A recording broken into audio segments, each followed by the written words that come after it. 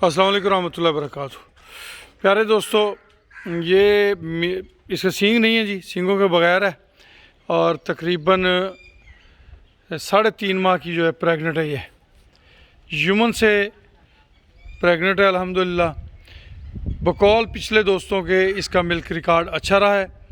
ज़ाती तौर पे हमें इसके बारे में मालूमात नहीं है।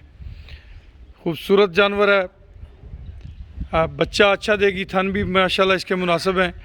इस वक्त बैठी हुई है, उठाने को दिल हमारा नहीं करता, जानवर सुकून कर रहा है। एक इसकी पहले वीडियो मैंने, मेरा ख्याल है कि ग्रुप में ऑलरेडी लगाई थी और 2.25 लाख रुपये हमने इसकी डिमांड रखी है। इंतहाई मुनासिब। अगर कोई दोस्त ख्वाहिशमंद है तो हमसे रब्ता कर सकता है जी। खुश रहें, आबाद रहें जी।